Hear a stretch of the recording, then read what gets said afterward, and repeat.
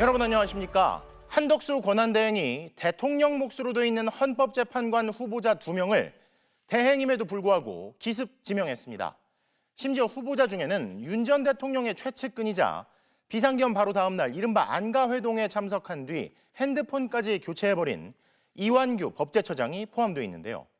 내란 혐의 피의자로 수사까지 받고 있는 이 처장 지명을 두고 국회에서는 윤 전 대통령을 파면한 헌법재판소에 윤 전 대통령의 최측근을 꽂으려는 내란 지속용 알박기 음모라는 거센 반발이 나옵니다. 먼저 김상훈 기자가 보도합니다. 대통령 권한대행인 한덕수 국무총리가 돌연 헌법재판관 후보자를 발표했습니다. 오는 18일 퇴임하는 문영배 이미선 재판관 후임으로 정통 법관인 함상훈 서울고법 부장판사와 이완규 법제처장을 지명한 겁니다. 모두 대통령이 결정하는 대통령 몫입니다.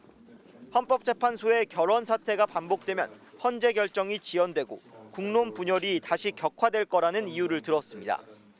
한 총리는 국회의 임명 요구에도 불구하고 석 달 넘게 미뤄왔던 마은혁 헌법재판관, 마용주 대법관 임명도 함께 처리했습니다. 헌재 결정에 따라 진보 진영 재판관 임명을 미룰 수 없게 되자 대통령 몫 보수 진영 재판관 후보 지명을 함께 들고 나온 겁니다. 특히 이완규 법제처장은 윤석열 전 대통령과 서울법대와 사법연수원 동기로 검찰총장 시절 윤 전 대통령이 징계를 받자 변호를 맡았던 최측근입니다. 윤 정부 법제처장으로 각종 정책을 엄호했고 12.3 비상계엄 선포 다음 날 이른바 안가회동에도 참석했습니다. 엄중한 시기에 큰 책임감을 느끼고요. 후속 절차를 잘 준비하겠습니다. 국회와 진보 진영은 거세게 반발했습니다.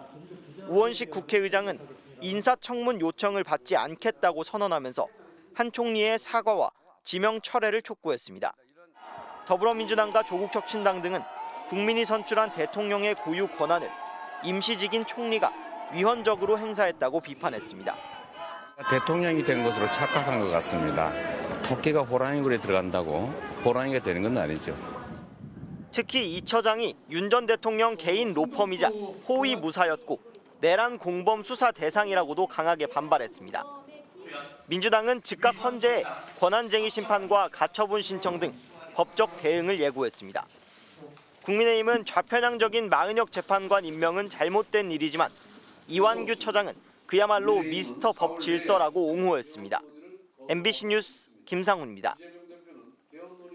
그런데 이 한덕수 대행이 지명한 이완규 법제처장은 이미 피의자 신분으로 경찰과 공수처에 수사를 받고 있습니다.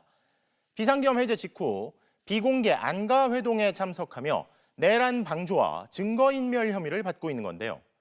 한덕수 총리가 이를 알고도 헌법을 수호해야 할 헌법재판관 자리에 내란죄 피의자를 지명했다는 비판이 거셉니다. 송서영 기자가 보도합니다. 비상계엄이 해제된 직후인 12월 4일 밤 서울 삼청동 대통령 안가에 4명이 모였습니다. 박성재 법무부 장관과 이상민 당시 행정안전부 장관, 김주현 대통령실 민정수석, 그리고 이완규 법제처장이었습니다. 사실은 그날 저희들이 다 사의를 표명한 날이었습니다. 평소에 국무회에서 자주 보고 하지만은 자리를 못해서 해가 가기 전에 한번 보자. 송년 모임이라는 취지로 주장했지만 대통령과 가까웠던 이들이 비상계엄 해제 직후 왜 만났는지는 아직 확인되지 않았습니다. 어쨌든 제가 그 자리에 간 게 참 잘못입니다. 그런데 경찰이 지난해 12월 이완규 법제처장을 비공개 소환 조사한 사실이 뒤늦게 확인됐습니다. 시민단체의 고발에 따라 내란 방조와 증거인멸 혐의를 받는 피의자 신분입니다. 경찰은 당시 비공개 안가회동의 목적과 왜 이완규 법제처장이 참석했는지를 조사한 것으로 전해졌습니다. 내란 혐의로 고발된 인사들에 대한 수사를 진행하고 있는 경찰 특별수사단은 아직 이완규 법제처장에 대한 수사를 마무리하지도 않았습니다. 고위공직자 범죄수사처 역시 이 처장을 피의자로 입건해 수사하고 있는 것으로 파악됐습니다. 내각을 총괄하고 있는 한덕수 국무총리가 경찰과 공수처 조사를 몰랐을 가능성은 거의 없습니다. 결국 내란 혐의로 조사를 받는 피의자를 헌법 수호의 역할을 해야 할 헌법재판관으로 지명한 셈입니다. 한덕수 국무총리 역시 2차례 경찰 조사를 받은 내란 혐의 피의자입니다. 민주사회를 위한 변호사 모임은 시민의 뜻에 부합하는 헌법재판관도 헌정 질서를 수호할 헌법재판관도 아니라고 규탄했고 윤석열 전 대통령 파면 촉구 집회를 주도해온 시민단체들은 내란 세력이 헌재를 장악하겠다는 뜻이라고 강하게 비판했습니다. MBC 뉴스 송서영입니다. 이런 이완규 법제처장은 윤 전 대통령 측근들이 모였던 비상계엄 다음 날의 대통령 안가 회동 이후 휴대전화까지 교체하며 스스로 의혹을 더 키웠습니다.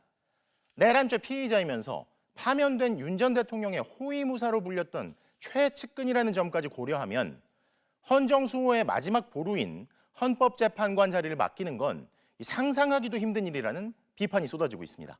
조희원 기자의 보도입니다. 지난해 12월 4일 이른바 대통령 안가 모임에 참석한 윤석열 전 대통령 측근들은 이후 일제히 휴대전화를 교체했습니다. 박성대 법무장관은 12월 6일과 8일 휴대전화를 2차례에 걸쳐 바꿨고 김주현 민정수석은 7일에 교체했습니다. 이완규 법제처장도 윤 전 대통령 탄핵소추안이 국회를 통과한 직후 휴대전화를 교체하면서 안가 모임 참석자들이 증거인멸을 하려는 것 아니냐는 의혹을 키웠습니다. 글쎄요, 불편한 오해를 받기 싫었습니다. 사용하기 불편한 점도 있고 이런저런 이유로 교체했습니다. 이 처장이 내란에 동조했다는 의혹은 모호한 답변으로 해소되지 않고 있는 겁니다. 이 처장은 윤 전 대통령의 서울법대 사법연수원 동기로 40년 넘게 가까이 지내왔습니다.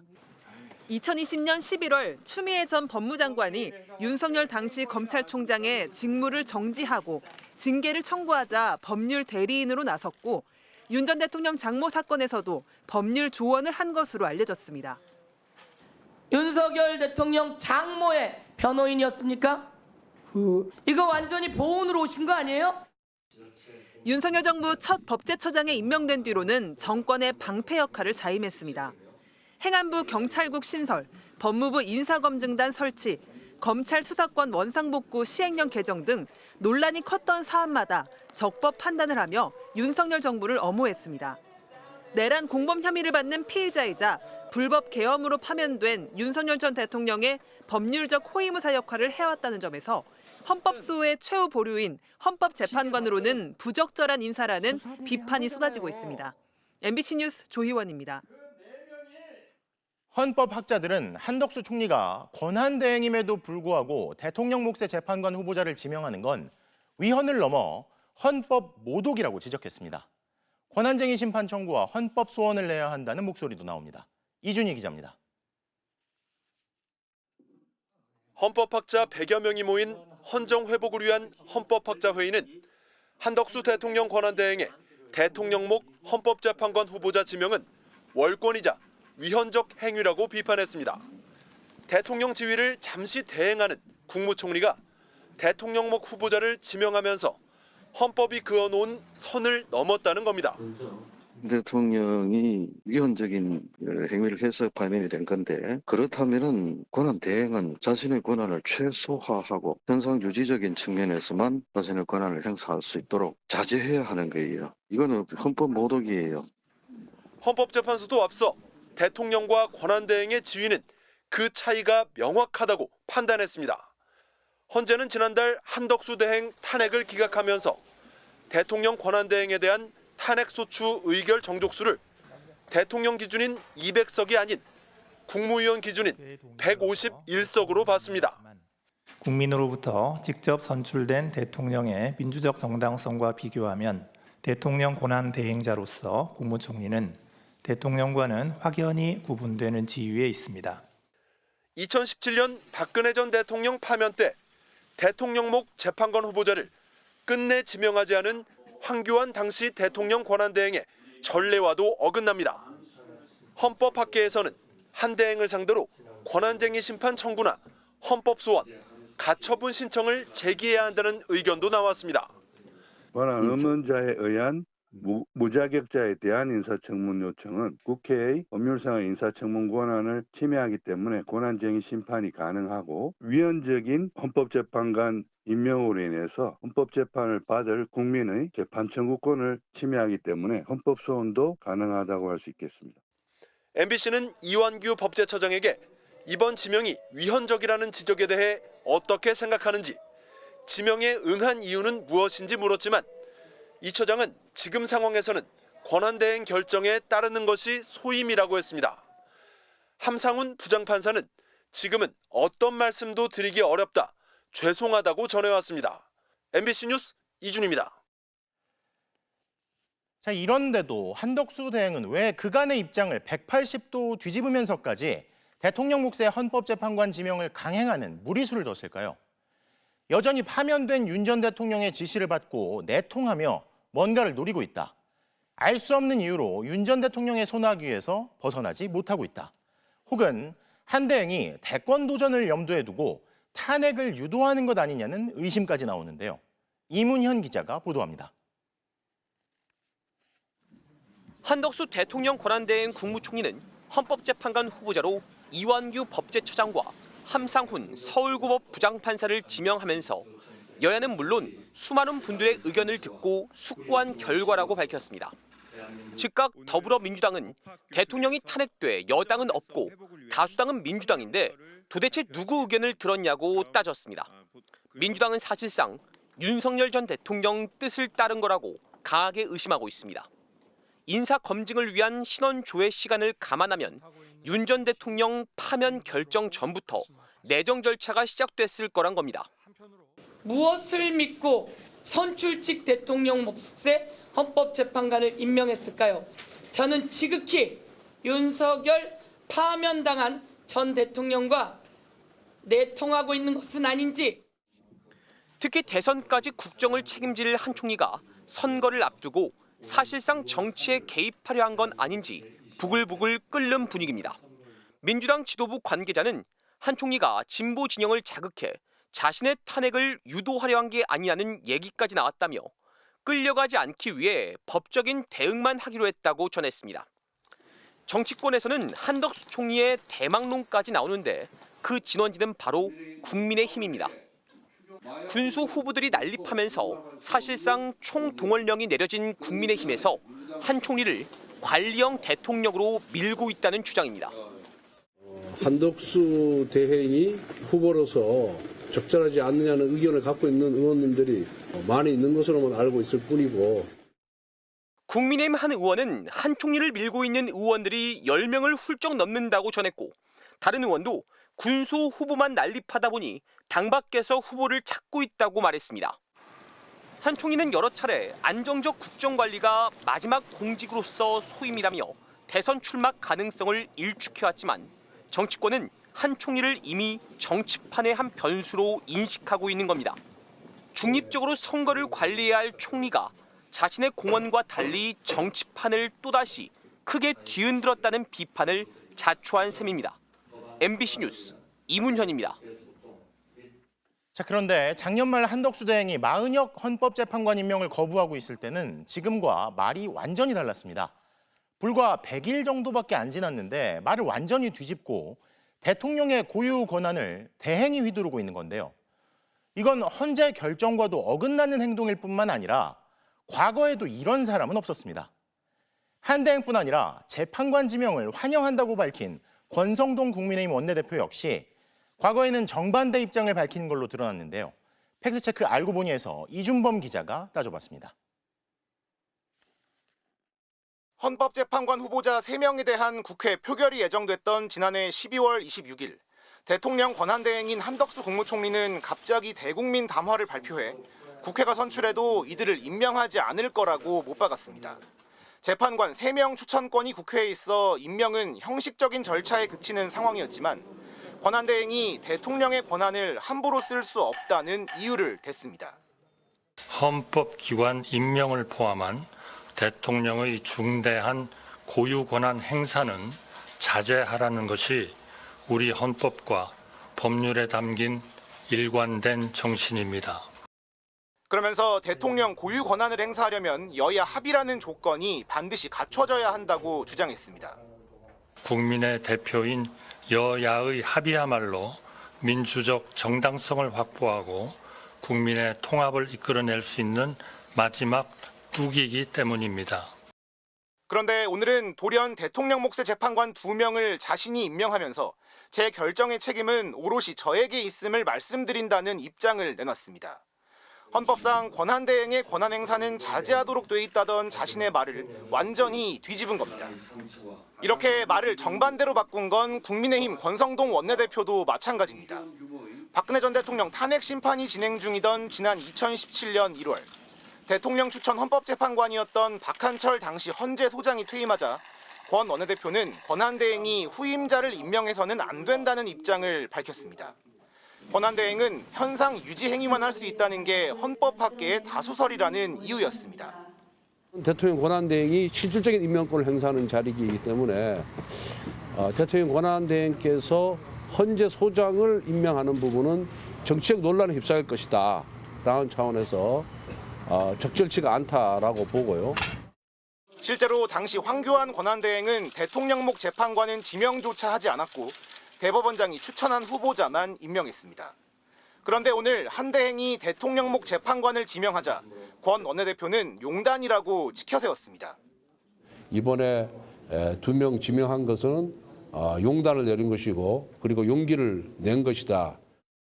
헌법재판소는 한덕수 권한대행 탄핵기각 결정문에서 국무총리는 직접 선출된 대통령과 비교해 상당히 축소된 간접적인 민주적 정당성만을 보유하고 있다고 밝혔습니다. 그러면서 대통령 권한대행자로서의 국무총리는 대통령과는 확연히 구분되는 지위에 있다고 못 박아 그 권한행사에도 한계가 존재한다는 걸 분명히 했습니다. 우리 헌법이 대통령이 없는 상황에서 대통령직 승계가 아닌 대행이 이루어지도록 규정한 이유입니다. 알고 보니 이준범입니다.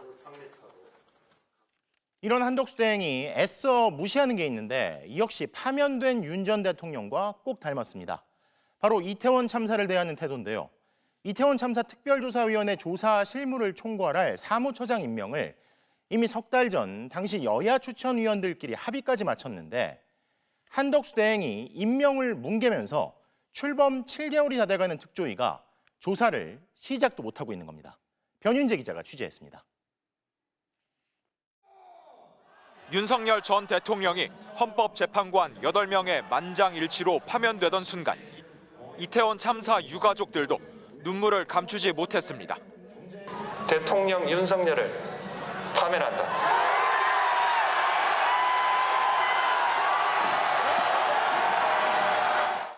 작년 9월 출범한 이태원 참사 특조위 핵심 조사 대상은 윤석열 전 대통령입니다.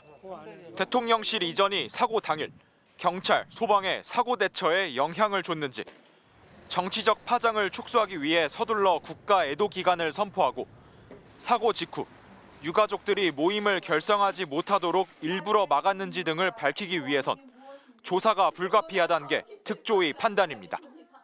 하지만 윤 전 대통령이 파면됐는데도 실질적인 조사는 시작도 못하고 있습니다. 위원장은 임명됐지만 실무와 인사를 총괄할 사무처장직이 여전히 공석이기 때문입니다. 사무처장 임명이 지연되면서 조사관들도 자리를 찾지 못하고 있습니다. 때문에 조사관들이 있어야 할 이 사무실은 이렇게 석 달 넘게 비어 있습니다. 지난 1월 여야 추천위원들이 합의해 후보자를 선정해 임명 절차만 남았는데 계속 미뤄지고 있습니다.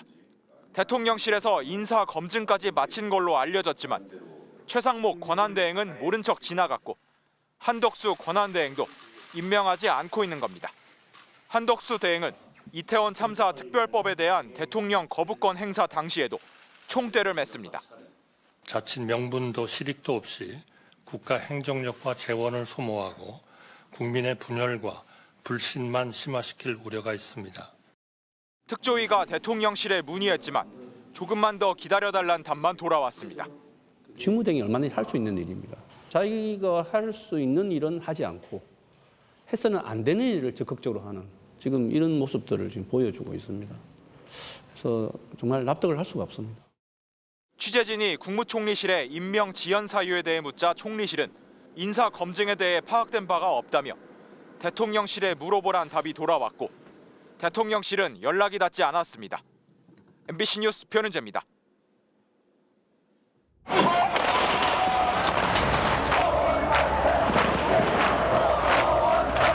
조속히 대통령 직선제 개헌을 하고 어느 누구라도 다 같이 할 수 있는 보통 사람들의 시대가 왔습니다. 부정부패의 척결입니다. 국민이 주인 되는 정치는 국민과 함께 반드시 이루어내겠다는 것을 우리는 해낼 수 있습니다. 우리 국민이 힘을 합치면 못할 것이 없을 것입니다. 국민 여러분께서 함께 나서 주셔야 합니다. 오늘의 대한민국은 국민의 노력과 헌법을 준수하고 국가를 보유하며 민족문화의 창달에 저는 사람에 충성하지 않기 때문에 위대한 국민 여러분과 함께 반드시 만들어 나가겠습니다. 주문, 시청구인 대통령 윤석열을 파면한다.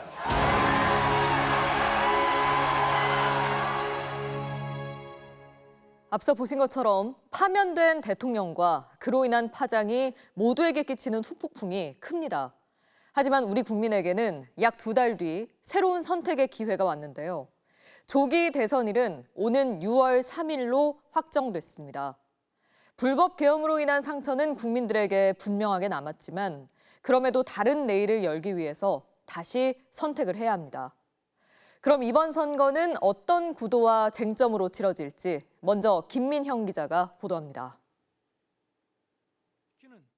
작년 12월 3일 윤석열 당시 대통령은 돌연 비상계엄을 선포했습니다. 국회에는 계엄군을 투입했습니다. 넉 달 뒤 헌법재판소는 대통령 윤석열을 파면했습니다. 그리고 다시 2달 뒤, 그러니까 비상계엄의 밤으로부터 정확히 6달 뒤인 6월 3일, 국민들은 다시 선택에 나섭니다. 대선 일정이 확정된 날 국민의힘 지도부 회의. 권성동 원내대표는 더불어민주당 이재명 대표 이름을 11번이나 말했습니다. 입볼주, 입만 열면 추경을 말하던 이재명과 민주당은 이재명 대표는 개헌 논의가 이재명 대표는 정치적 유불리에 따라 수도 없이 말을 바꿔왔습니다. 예산도 개헌도 다 이재명이 문제였고 급기야 비아냥 섞인 인신공격성 비난까지 이어졌습니다. 후한무치, 모렴치, 뻔뻔함, 그리고 도덕 불감증, 이걸 전부 포괄하는 단어가 있는지 한번 우리. 비슷한 시각 더불어민주당은 헌정 파괴 내란 세력에 맞선 선거를 선언했습니다. 빛의 혁명을 온전하게 완성하는 선거, 12.3 내란을 완전히 진압하는 선거로 만들겠습니다. 헌정 질서와 내란을 여러 차례 강조하면서 윤석열, 김건희 부부를 강하게 비판했습니다. 이재명과 그 일당만은 안 된다. 헌정 파괴 집단과의 대결, 거대 양당 전략이 극과 극으로 맞선 겁니다. 상대가 공격하는 곳이 바로 각 당이 극복해야 할 약점일 텐데 이재명 일강체제인 더불어민주당은 이 대표에 대한 반감을 없애고 사법 리스크 불안감을 줄이는 게 과제입니다. 국민의힘은 윤 전 대통령의 비상계엄과 파면을 뛰어넘어야 하지만 윤 전 대통령과 선긋기조차 시도하지 않는 분위기입니다. 결국 목표는 중도층의 표심일 겁니다. 정권 교체냐, 정권 연장이냐, 아직까지 대체적인 여론은 교체의 무게를 두고 있습니다. 12월 3일 계엄의 밤, 정확히 6개월 뒤 다시 국민의 선택까지 이제 56일의 대장정이 시작됩니다. MBC 뉴스 김민영입니다. 이번 대선은 윤석열 전 대통령 파면으로 치러지는 보궐선거인 만큼 새 정부는 인수위 없이 선거 다음 날인 6월 4일 곧바로 출범합니다.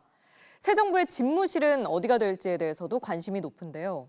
이전 당시부터 비판이 거셌고 이제는 불법 계엄의 상징이 돼버린 용산 대통령실은 앞으로 어떻게 될지 김지인 기자가 보도합니다. 정부가 제21대 대통령 선거일을 오는 6월 3일로 공식 확정했습니다. 공직선거법은 대통령 파면 뒤 60일 안에 다음 대선을 치르도록 하고 있는데 60일을 채운 마지막 날 선거가 치러집니다. 각 정당의 준비 기간 등을 고려하여 오는 6월 3일을 대한민국 제21대 대통령 선거일로 지정하고자 합니다. 정부는 또 투표권 행사가 원활할 수 있도록 선거일 6월 3일을 임시공휴일로 지정했습니다. 중앙선거관리위원회는 즉각 선거일에 맞춰 정해지는 각종 일정을 확정했습니다. 선거에 나설 공직자는 5월 4일까지 사직해야 하고 주말인 5월 10일과 11일 후보자 등록이 이뤄집니다. 이어 공식 선거운동은 선거 전날인 6월 2일까지 22일간 진행됩니다. 8년 전 박근혜 전 대통령이 파면되고 문재인 정부가 출범했을 때와 마찬가지로 이번에도 새 정부는 인수위원회 없이 선거 다음 날 6월 4일 곧바로 출범합니다. 다만 새 정부의 집무실을 두고선 벌써부터 각 주자들 입장이 엇갈립니다. 진보 진영에선 용산 대통령실을 계승해 쓸 수 없다는 정서가 강합니다. 용산이어야 된다라는 것에 대해서는 저는 대부분 국민들이 동의하지 않을 거라고 봅니다. 군사 쿠데타를 모의한 본산이고 온갖 주술적인 이런저런 지금 의혹들이 있지 않습니까? 더불어민주당 충청권 의원들을 중심으로 대통령실을 세종시로 옮기자는 주장도 나오지만 현실적으로 시간이 부족합니다. 윤석열 전 대통령과 거리를 두려는 국민의힘 대권 주자들도 용산은 불통과 주술의 상징이라며 일단 용산에서 시작하되 청와대를 개조하면 된다는 입장을 밝혔습니다. 다만 선거 다음 날 바로 임기가 시작되다 보니 현실적으로 처음에는 용산 집무실을 활용할 수밖에 없을 거란 전망이 대체적입니다. MBC 뉴스 김지인입니다. 더불어민주당 이재명 대표는 내일 당대표직을 내려놓고 본격적인 대선 행보를 시작합니다. 공식 출마 선언은 시점을 저울질하고 있는데요. 당내 다른 후보들이 출마 선언을 마치면 마지막에 공식 출사표를 던질 가능성이 거론되고 있습니다. 정상빈 기자가 보도합니다. 윤석열 전 대통령 파면 이후 첫 재판에 출석한 이재명 대표가 지지자들의 환호를 받으며 법원을 나섭니다.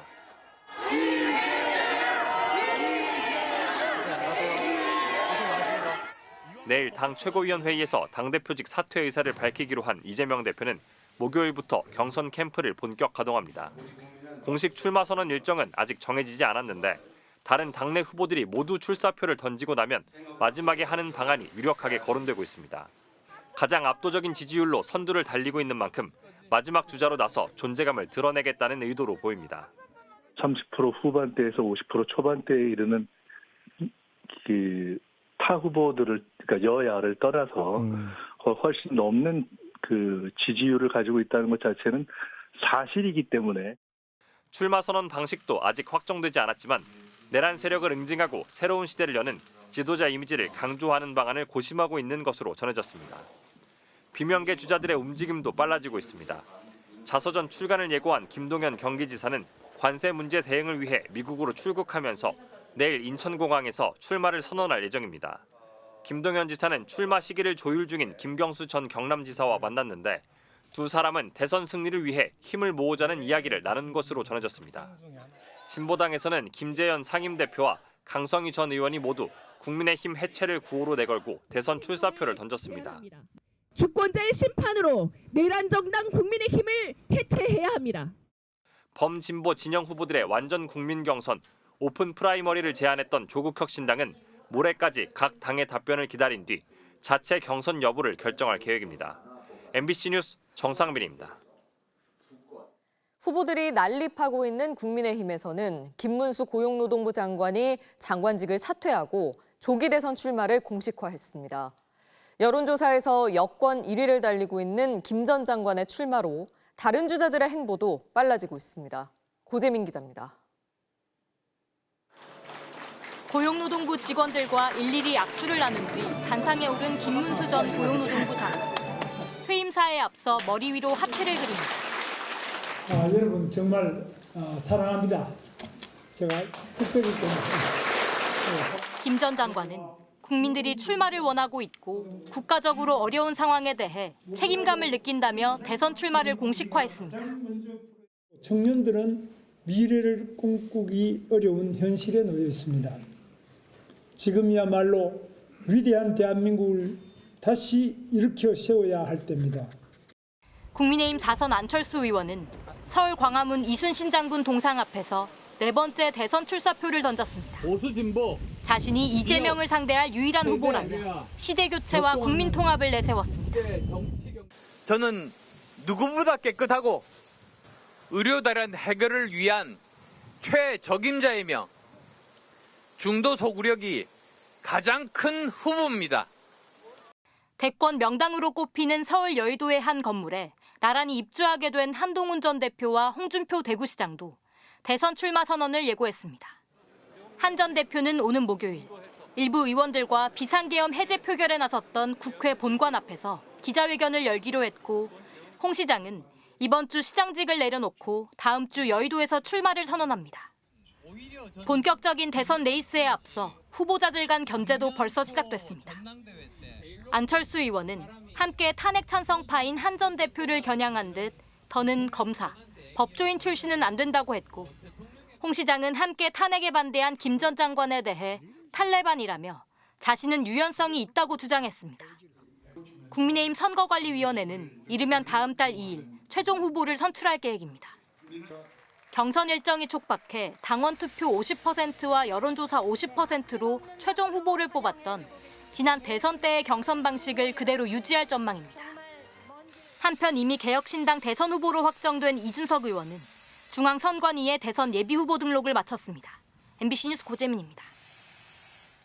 아직도 한남동 관저에 머무르고 있는 윤석열 전 대통령은 이르면 이번 주 후반 서초동 사저로 돌아갈 거라는 전망이 나오고 있습니다.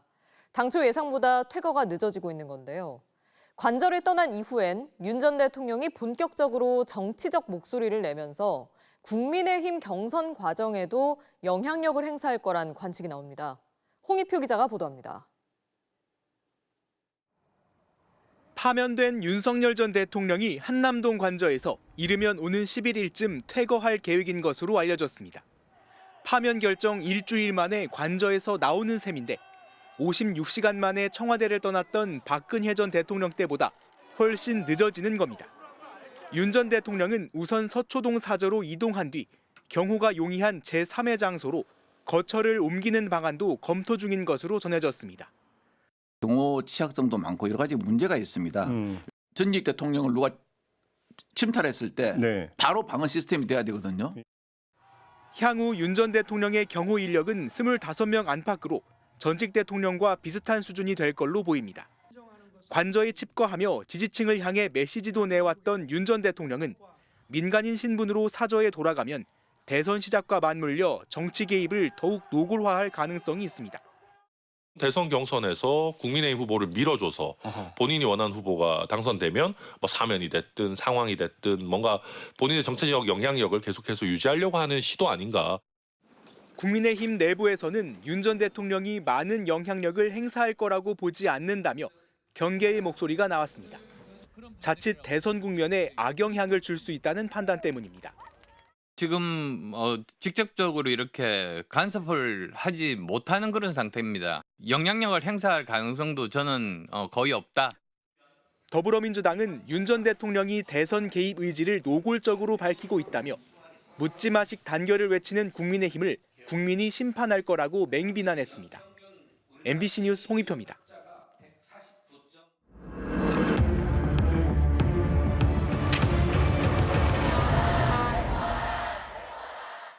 헌법재판소는 윤 전 대통령 파면을 선고하면서 12.3 비상계엄의 위헌, 위법성을 조목조목 지적했죠. 윤석열 전 대통령이 위반했다고 헌재가 판단한 헌법 조항을 저희가 확인해보니 24개나 됐습니다. 민주주의에 헤아릴 수 없는 해악을 끼친 윤 전 대통령에게 파면 외에 다른 답은 없다는 것이 헌재의 판단입니다. 다시 헌법, 유서영 기자입니다.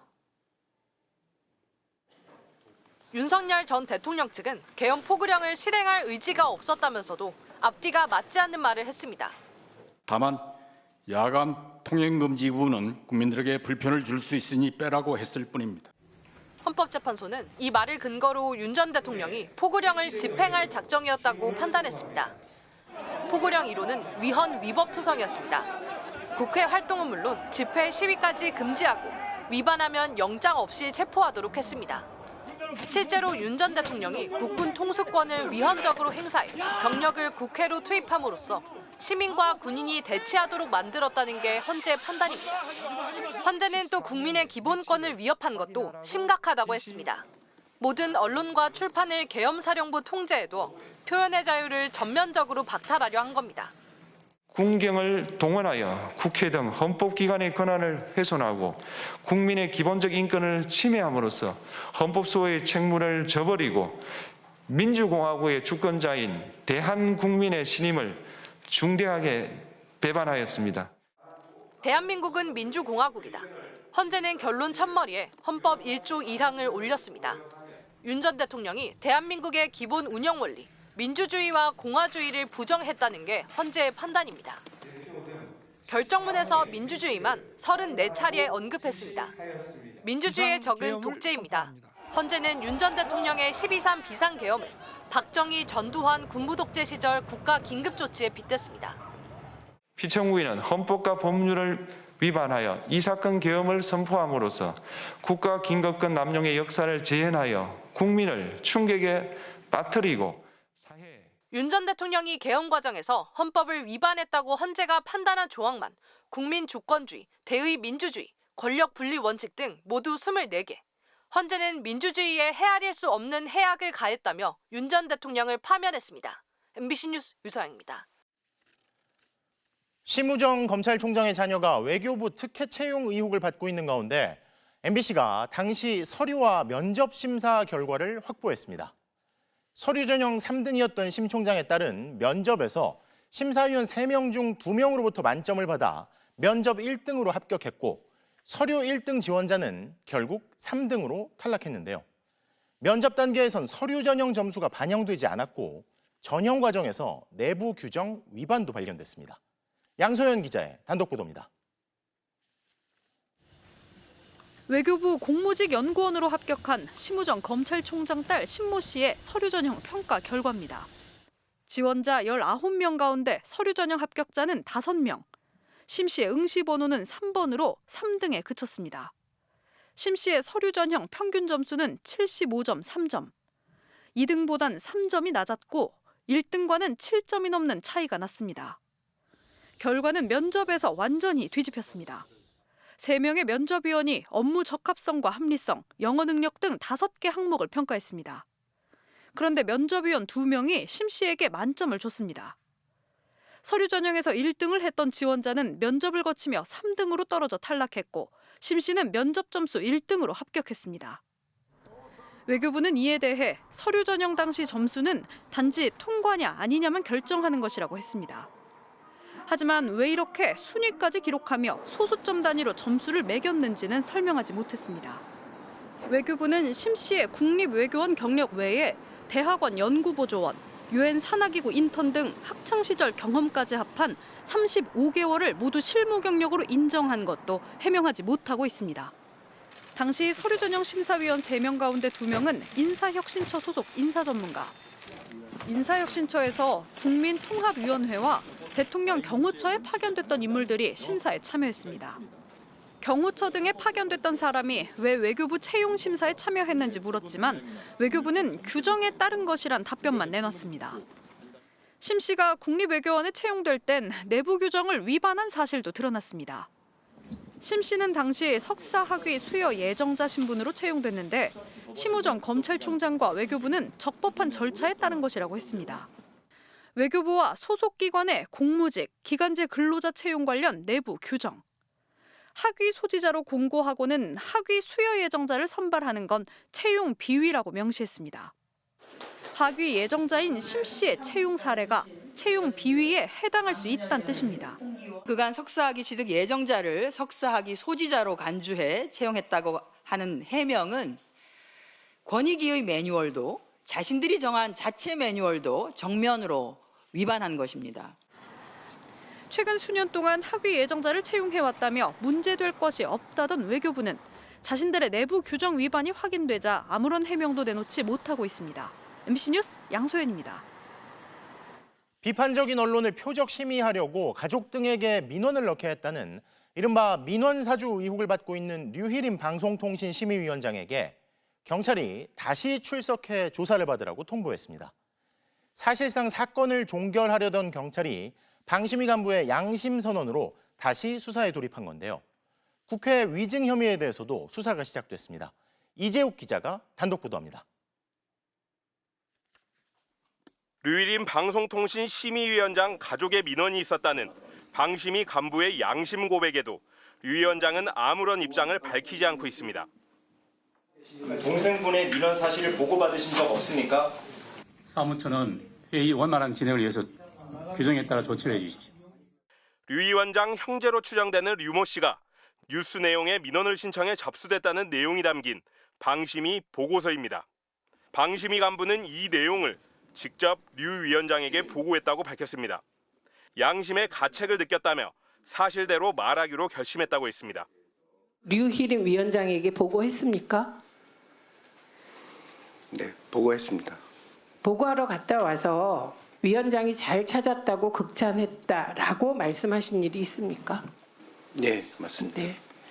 서울 양천경찰서는 지난달 해당 간부를 불러 조사한 데 이어 류 위원장에게도 경찰서에 나와 다시 조사를 받으라고 통보했습니다. 지난 1월 류 위원장을 한 차례 비공개로 불러 조사하고는 사실상 사건 종결 수순을 밟고 있던 경찰이 핵심 진술이 확보되자 다시 수사에 착수한 겁니다. 경찰은 류 위원장 측과 출석 일정을 조율 중이며 이달 안에 조사가 이뤄질 것으로 보입니다. 류 위원장은 민원사주 의혹으로 사적 이해관계자인데도 업무를 회피하지 않은 이해충돌 방지법을 위반한 혐의에 방심위 업무를 위계에 의해 방해한 혐의도 받고 있습니다. 여기에 민원인 명단조차 보고받지 않았다며 국회에서도 공개적으로 부인해 위증 혐의도 추가됐습니다. 심의위원회 사무처 팀장이 위원장에게 가족으로 추정되는 류 땡땡의 민원 신청 현황을 보고받은 사실이 있습니까? 없습니다. 국회 위증 혐의를 수사하는 경기남부경찰청도 이달 초 방심위로부터 민원사주 의혹 관련 자료를 제출받아 본격 수사에 착수했습니다. 가족 민원과 관련해 류 위원장에게 보고된 자료와 당시 방심위 직원들 사이에 오간 메신저 대화 내용을 확보했습니다. 경찰은 위증 혐의와 관련해서도 자료 분석과 관련자 조사를 마치는 대로 류 위원장에게 출석 조사를 통보할 예정입니다. MBC 뉴스 이재욱입니다. 그런데 이런 류희림 방송통신심의위원장이 조기 대선 선거 방송까지 심의하겠다고 나섰습니다. 비판 언론들의 무더기 법정 제재를 내렸던 총선 방송 관련 입틀막 논란은 물론 민원 사주 의혹까지 받고 있는 류 위원장을 향해서는 퇴진이 우선이라는 비판이 거셉니다. 윤수환 기자입니다. 방송통신심의위원회는 6월 대선에 맞춰 활동할 선거방송심의위원회 구성에 착수했습니다. 그러나 유일인 방심위원장의 취임 뒤 선방위는 논란이 끊이지 않았습니다. 지난해 4월 총선에선 여사나 씨라는 존칭 없이 김건희 특검이라 불렀다는 이유로 한 지상파 방송사의 행정 지도를 의결했고 미세먼지 농도를 표시한 파란색 숫자 1이 특정 정당을 연상시킨다며 최고 수위의 중징계를 내렸습니다. 역대 최다인 30건의 무더기 법정 제재는 입틀막 심의란 오명을 남긴 데다 법원에서 줄줄이 제동이 걸리기도 했습니다. 공정하고 떳떳하게 심의했다라고 자신 있게 말할 수 있습니까? 저희들 나름대로는 최선을 다했습니다. 나름대로.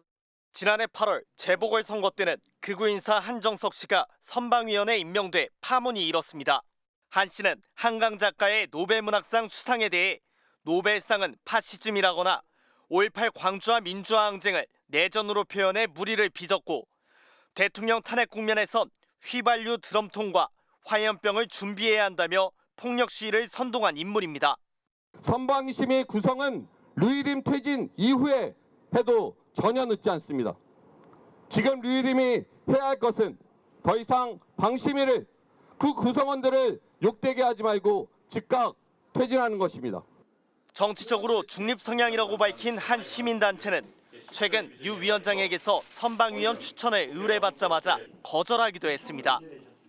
논란의 중심에 있는 방심위와 우리가 어떤 게 결탁돼 있다고 생각할 수 있기 때문에 그게 아니라는 것을 증명하기 위해서 여기서 빠지겠다 이런 뜻입니다.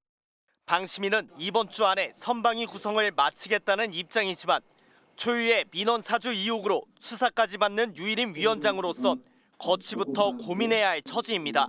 MBC 뉴스 윤수환입니다. 지난달 서울 강동구도로 한복판에서 땅꺼짐 사고가 발생하고 누구나 겪을 수 있는 일이라고 걱정하시는 분들 많으실 겁니다. 그런데 서울시가 지난해 각 자치구에 의뢰해 고위험 지역 50곳을 정부에 보고한 사실이 MBC 취재 결과 확인됐습니다. 어딜까요? 서울시는 불안감만 조성할 수 있다며 고위험 지역을 공개하지 않고 있지만 저희는 안전에 관한 정보는 미리 알고 대비해야 한다는 점과 관련법의 취지를 고려해 해당 지역을 공개하기로 했습니다. 원석진 기자가 단독 취재했습니다. 도로 한가운데 순식간에 커다란 구멍이 뚫리고 달리던 오토바이가 그대로 추락합니다. 도로 아래에서 지하철 공사를 하던 노동자들은 물이 새는 걸 보고 대피했지만 배달을 하던 30대 운전자는 피하지 못하고 숨졌습니다. 서울 연희동에서도 3차로를 달리던 차량이 갑자기 생긴 구멍 아래로 떨어지면서 운전자 부부가 크게 다쳤습니다. 서울의 땅꺼짐 신고는 2022년 67건에서 지난해 251건으로 2년 만에 4배 가까이 크게 늘었습니다. 땅꺼짐 현상은 낡은 상하수도 간에서 물이 새거나 지하공사 도중 지하수가 유출돼 주변 토사가 휩쓸려 빈 공간을 만들면서 주로 발생합니다. 그런데 서울시가 지난해 10월 각 자치구에 의뢰해 집안 침하 우려가 큰 땅꺼짐 고위험 지역 50곳을 정부에 보고한 사실이 MBC 취재 결과 확인됐습니다.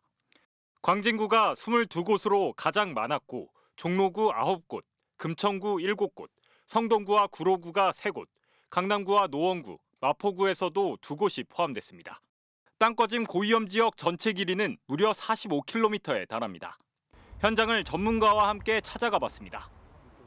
제가 나와 있는 이곳, 서울 압구정동을 관통하는 왕복 8차선 도로입니다. 이 도로도 서울시의 집안 침하 고위험 지역에 포함됐습니다.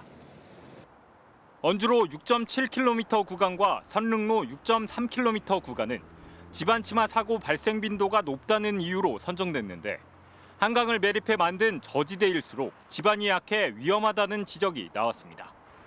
충적층과 지하수가 잘 발달되어져 있는데 거기에 지하 공사를 하면은 관리를 잘못하면 싱크홀이 발생할 수 있다는 겁니다. 침수 피해가 빈번했거나 취약한 곳, 대규모 지하 굴착 공사가 진행 중인 도로도 고위험 지역으로 꼽혔습니다. 하지만 서울시는 자치구에서 자체 파악한 것으로 일부 사유지도 포함돼 있다며 고위험 지역 목록을 공개하지 않았습니다. 위험하다 그러면 당연히 공개를 하고 그런 안전사고가 발생하지 않게 경계를 해야 될 일이지 그거를 숨긴다는 게 말이 됩니까? 충분히 조사했는지도 의문이 남습니다. 고위험 지역을 서울시에 제출한 자치구는 고작 8곳 뿐입니다. 최근 땅꺼짐 현상으로 1명이 숨진 강동구는 아예 단 한 곳도 선정하지 않았습니다. 고위험 지역에 대한 전수조사를 다시 해야 된다고 생각합니다. 집값의 안정이라든지 시민들의 불안감 이전에 사고의 예방을 하는 것이 더 중요하다고 생각합니다. 서울시는 자치구와 별개로 지난해 시내 181개 도로를 분석해 땅꺼짐 위험도를 5등급으로 나눈 지도도 만들었는데 이 역시 내부 참고용 자료로 불필요한 오해를 조성할 수 있다며 공개하지 않고 있습니다. 재난 및 안전관리기본법은 국가와 지자체가 재난이나 사고로부터 국민을 보호할 책무를 지고 안전에 관한 정보를 적극적으로 공개해 누구나 이용할 수 있어야 한다고 규정하고 있습니다. MBC 뉴스 원석진입니다. 경남 하동의 산불이 이틀 만에 거의 잡혔습니다. 하지만 여전히 곳곳에선 산불이 발생하고 있는데요. 대부분 부주의로 인한 것인 만큼 각별한 주의가 필요합니다. 이재경 기자입니다. 산 곳곳에 희뿌연 연기가 피어오르고 시뻘건 불길도 선명하게 보입니다. 어제 오후 경남 하동군 옥종면에서 발생한 산불이 강한 바람을 타고 급속히 번졌습니다. 발생 3시간여 만에 산불 2단계가 발령됐고 밤샘 진화 작업 끝에 만 24시간 만에 주불을 잡았습니다. 주민 대피령이 내려졌던 하동군 고안마을입니다. 주불은 잡혔지만 만약의 상황에 대비해 민가 주변으로는 진화 인력들이 남아 방화선을 구축하고 있습니다. 불과 8일 만에 다시 산불을 피해 집을 뛰쳐나와야 했던 주민들은 언제 또 화마가 덮칠지 불안감에 시달리고 있습니다. 사실 일상생활이 완벽하지는 않습니다. 그 들어와버린 게 너무 커가지고 저번에는 9일차에 있었고 이제 오늘까지 10일차에 지금 있는 중이거든요. 오챙이 놓고 난리 짓지 그때. 이 한 개만 들고 왔지 뭐. 어찌 정신이 없어서 불도 안 끄고 왔다 본 게. 산청 산불과 마찬가지로 이번 하동 산불도 예초기에서 불씨가 날려 시작된 것으로 보고 있습니다. 최근 울산에서 발생한 2건의 대형 산불 역시 모두 용접 작업을 하다 발생한 것으로 드러났습니다. 하지만 산림 내 입산자가 용접이나 그라인더 같은 화기물을 소지해 적발돼도 적용할 수 있는 처분은 과태료 30만 원 부과가 전부입니다. 건조한 강풍이 부는 연료 물질이 가득한 숲에서는 작은 불 하나가 거대한 불길로 확산되는 것은 순식간이다. 국내 발생 산불 절반 이상은 입산자의 실화나 쓰레기 소각 부주의 등 인적 요인이 원인입니다. MBC 뉴스 이재경입니다. 미국 트럼프 대통령이 상호 관세 일시 유예를 검토 중이라는 소식에 오늘 새벽 뉴욕 증시가 무려 10% 넘게 올랐다 다시 떨어졌습니다. 백악관은 관세 유예는 없다고 했고 트럼프 대통령은 한술 더 떠 중국의 50% 추가 관세를 예고했습니다. 나세용 뉴욕 특파원의 보도입니다. 뉴욕 증시가 개장하고 1시간쯤 지났을 때 CNBC가 긴급 속보를 전했습니다.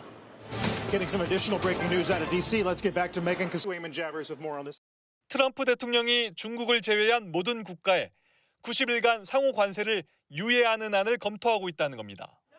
순식간에 나스닥 지수는 10% 넘게 올랐습니다. 하지만 급히 호출된 백악관 담당 기자는 다른 말을 전했습니다. Nobody here is aware of any plans for any kind of 90-day pause, at least right now. 곧바로 백악관은 전혀 사실이 아니라며 가짜 뉴스라고 부인했습니다. Would you be open to a pause in tariffs to allow for negotiations? Well, we're not looking at that. We have many countries that are coming to negotiate deals with us. 뉴욕 증시는 10여 분 동안 천국과 지옥을 오갔습니다. 시가총액은 3천조 원 넘게 불었다가 순식간에 증발했습니다. 오늘 해프닝은 투자자들이 관세 전쟁 중단을 얼마나 원하는지 보여줬지만 트럼프 대통령은 한 발 더 나갔습니다. 맞불 관세 34%를 예고한 중국에 추가로 50%의 관세를 매기겠다고 압박했습니다. But they can't do this. We're going to have one shot at this, and no other president's going to do this. 세계 각국이 미국과 협상을 시도하는 상황에서 백악관 참모는 협상이 아니라고 했습니다. 무역 적자로 미국이 보고 있는 손해에 대해 각국 정부에 책임을 묻는 것이라며 비관세 장벽까지 없애야 한다고 주장했습니다. 결국 상호 관세는 명분일 뿐 이를 지렛대로 미국의 무역 적자를 해소할 수 있는 거래안을 끌어내겠다는 겁니다. 시장은 이번 사태가 단기간에 끝나지 않을 가능성에 대비하고 있습니다. 뉴욕에서 MBC 뉴스 나세웅입니다. 중국은 끝까지 싸우겠다며 물러서지 않는 모습입니다.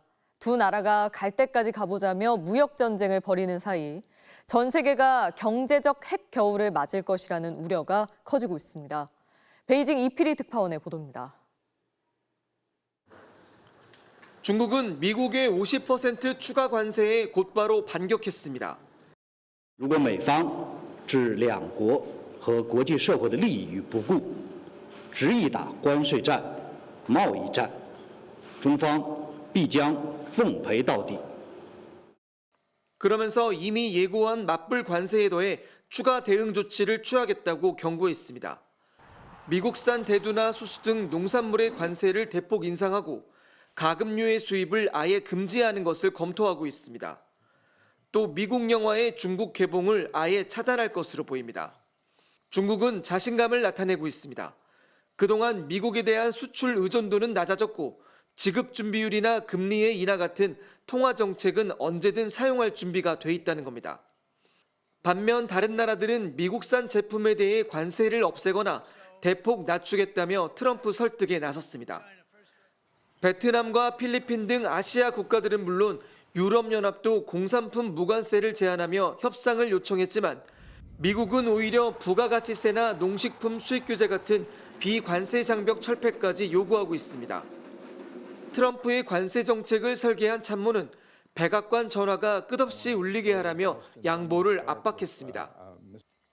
Foreign governments who might want it is sort of I understand that the phone's been ringing off the hook in various places in the White House.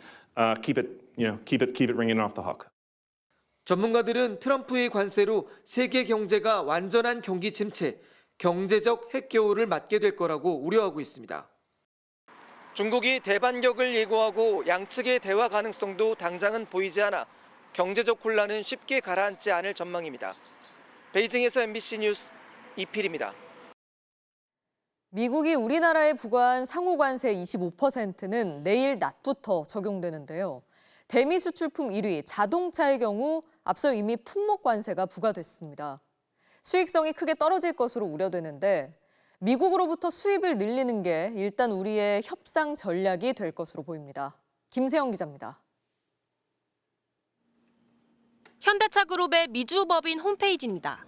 미국에서 판매하는 자동차 가격을 오는 6월 2일까지 동결하겠다고 밝혔습니다. 당분간 관세 25%를 더해서 가격을 인상하진 않겠다는 겁니다.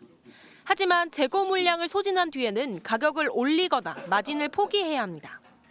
수출 가격을 25%를 떨어뜨려서 판매 수출을 하겠다는, 지금이야 그동안에 있던 재고도 있을 거고 시장 전체가 가격이 올라가기 때문에 현대기아도 자동적으로 가격을 올릴 수밖에 없는. 금융당국의 분석에 따르면 차량 관세 25% 부과로 한국 자동차 업계의 부가가치율이 4.5%포인트 감소해 수익성이 떨어질 것이란 전망이 나옵니다.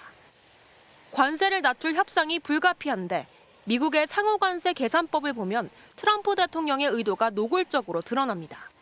우리나라의 경우 미국의 무역 적자인 660억 달러를 수입으로 나눈 뒤 정확히 절반인 25%를 상호관세로 부과했습니다. 단순 계산하면 수입을 늘려서 미국의 무역 적자를 줄여준 만큼 관세율이 낮아집니다. 그 공식의 정확성, 논리성에는 누구나 다 엉터리라는 건 인지를 하는데 채점은 내가 하는 거야. 나는 이렇게 채점했어. 이 제기하려면 뭔가 들고 와. 실제 미국으로 출발한 정부 협상 대표는 미국산 LNG 수입을 늘리는 문제에 대해 그간 내부 협의가 많았다고 강조했습니다. 수출을 줄이기는 어렵고 수입을 늘려야 되지 않겠습니까? 그런 측면에서 무역 수지 문제를 해소하기 위한 여러 가지 패키지를. 다만 백악관이 고율의 관세로 협상을 유도한 뒤 비관세 장벽 등을 문제 삼아 더 많은 양보를 압박할 수 있다는 점은 여전히 불안 요소입니다. MBC 뉴스 김세영입니다. 매년 전 세계 AI 현황을 담아 발간하는 보고서. 그 안에 한국의 존재감은 희미했습니다. 주목할 만한 우리 AI 모델은 단 1개. 관련 투자액도 미국의 80분의 1도 안 되는 수준이었는데요. MBC 취재 결과 AI 3대 강국을 목표로 한다는 정부는 이미 마련된 데이터 센터조차 제대로 운영을 못하고 있는 걸로 확인됐습니다. 박진준 기자가 단독 보도합니다. 서울 구로의 한 IT 기업 사내 정보를 정리해주는 AI 프로그램을 개발했습니다.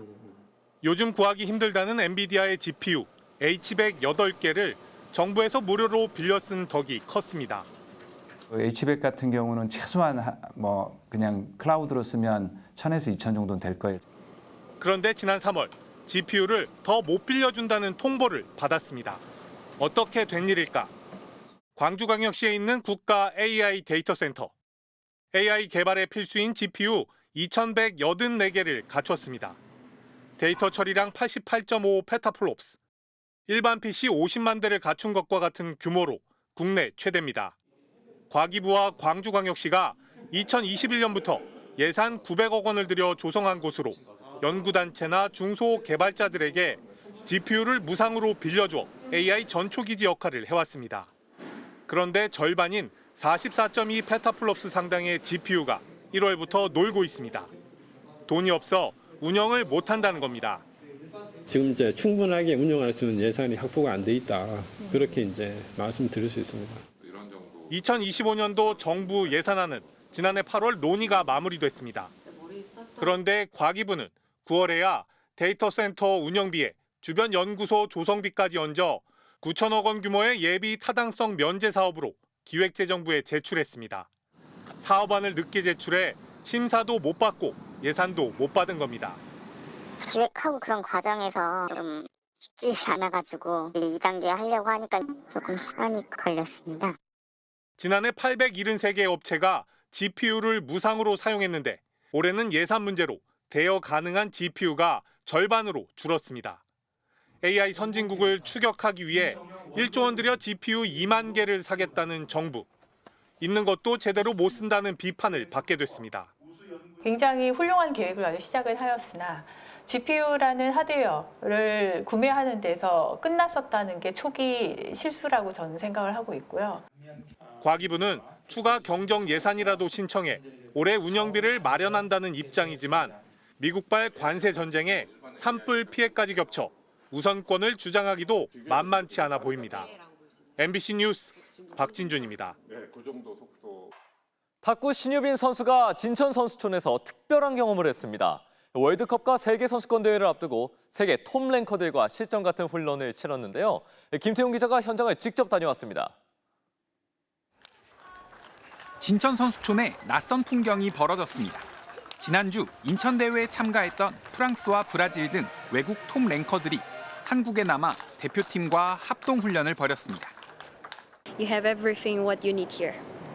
I like the food very much. I like Korean food. I like bulgogi. I like tteokbokki. 여자 대표팀의 간판 신유빈은 세계 16위 디아스와 함께 훈련했습니다.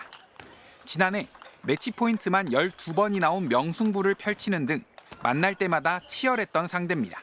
실전을 연상케 하는 뜨거운 랠리가 이어졌고 한치의 양보 없는 승부에 두 선수 모두 굵은 땀방울을 흘렸습니다. She told me 힘들어 this word. So every time I look at my coach, I just say 힘들어. 연습 끝나고 gracias 이렇게 배웠어요. 파워와 지구력이 강한 선수여서 그런 부분을 배우고 싶습니다. 최고의 호흡을 자랑했던 전지희가 떠난 이후 아직 복식 파트너를 확정하지 못했고 올 시즌 중국 선수에게 한 번도 승리하지 못한 신유빈. 특별한 훈련을 계기로 다가올 월드컵과 세계 선수권에서 만리장성을 넘어 메달까지 바라보고 있습니다. 계속 지치지 않고 이겨내야 된다고 생각하고 코트 안에서 보여줄 수 있는 것들은 다 보여줘야 된다고 생각합니다. 세 종목 다 놓치고 싶지 않습니다. MBC 뉴스 김태훈입니다. 대전의 18살 공격수 윤도영 선수가 오는 7월 프리미어리그 브라이턴에 입단합니다. 1년간 임대를 떠날 예정이긴 하지만 빠르게 적응해서 토트넘의 손흥민과 대결해보고 싶다는 포부까지 밝혔는데요. 손정훈 기자가 전합니다. 지난달 A매치 기간 영국으로 출국해 브라이턴과 이적 계약을 마치고 돌아온 윤도영. 저돌적인 돌파와 왼발 킥 능력이 시선을 모으며 18살의 나이에 프리미어리그 진출의 꿈을 이뤘습니다. 서툰 영어와 낯선 해외 생활이 두렵지만 17세 이하 대표팀에서 같이 활약했던 동갑내기 친구 양민혁이 가까운 곳에 있어 걱정은 없습니다. 일단 민혁이랑 연락 많이 했고 생활적인 면에서 그런 걸 많이 물어봤고 많이 외로워 보이더라고요. 가까우니까 민혁이랑 더 잘 지내면 외롭진 않을 것 같습니다. 현역 시절 분데스리가에서 뛰었던 대전 황선홍 감독의 조언도 도움이 됐습니다. 그때는 에이전트 이런 게 없어서 자기 혼자 밥도 해먹고 출퇴근하고 자기 혼자 다 했다고 감독님 살짝 자랑 조금 들었던 것 같습니다. 7월 브라이턴에 합류한 뒤 1년 임대를 다녀올 예정이어서 1군 데뷔를 장담할 수는 없는 상황. 비슷한 길을 밟았던 일본 미토마처럼 빠르게 유럽 무대에 적응해 손흥민과 맞대결도 꿈꾸고 있습니다. 손흥민 형이라 해야 되나 같이 한 번쯤은 뛰어보고 싶은 게 꿈이기도 한데 기억에 남는 순간이 될 것 같아요. 제가 열심히 한번 해보겠습니다. MBC 뉴스 손정훈입니다. 내년 밀라노 동계올림픽 출전권이 걸린 쇼트트랙 대표 1차 선발전 남자 500m에서 대학 새내기 신동민이 정상에 올랐습니다. 화요일 밤 스포츠 뉴스였습니다.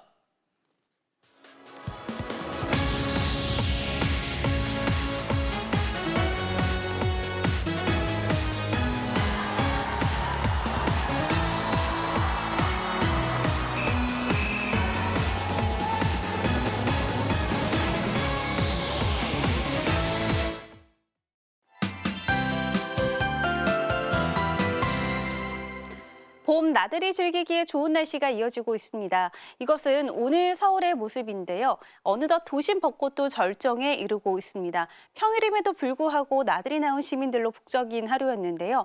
오늘 서울 낮 최고 기온이 18.9도, 김해는 27.4도까지 오르면서 평년 수준을 크게 웃돌았습니다.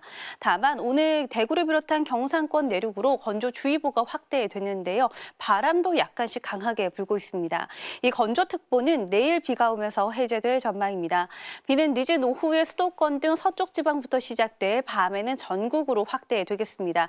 제주도에 최고 40mm, 전남과 경남에 5에서 20mm, 서울을 비롯한 그 밖의 전국에 5mm 안팎의 비가 오겠고요. 남부지방을 중심으로는 벼락이 치고 돌풍이 불겠습니다.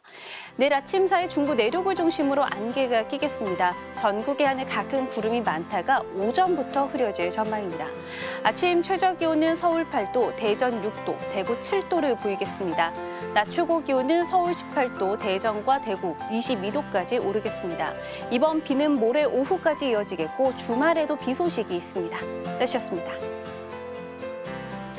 한덕수 대행은 지금 누구의 말을 듣고 있습니까? 헌법재판소가 파면한 전 대통령의 최측근이자 내란죄 피의자를 헌법재판관으로 보내겠다는 게 수많은 의견을 듣고 숙고해 내린 결정이란 말을 누가 믿겠습니까? 윤 전 대통령은 이미 파면됐습니다. 화요일 뉴스데스크 마칩니다. 시청해주신 여러분 고맙습니다.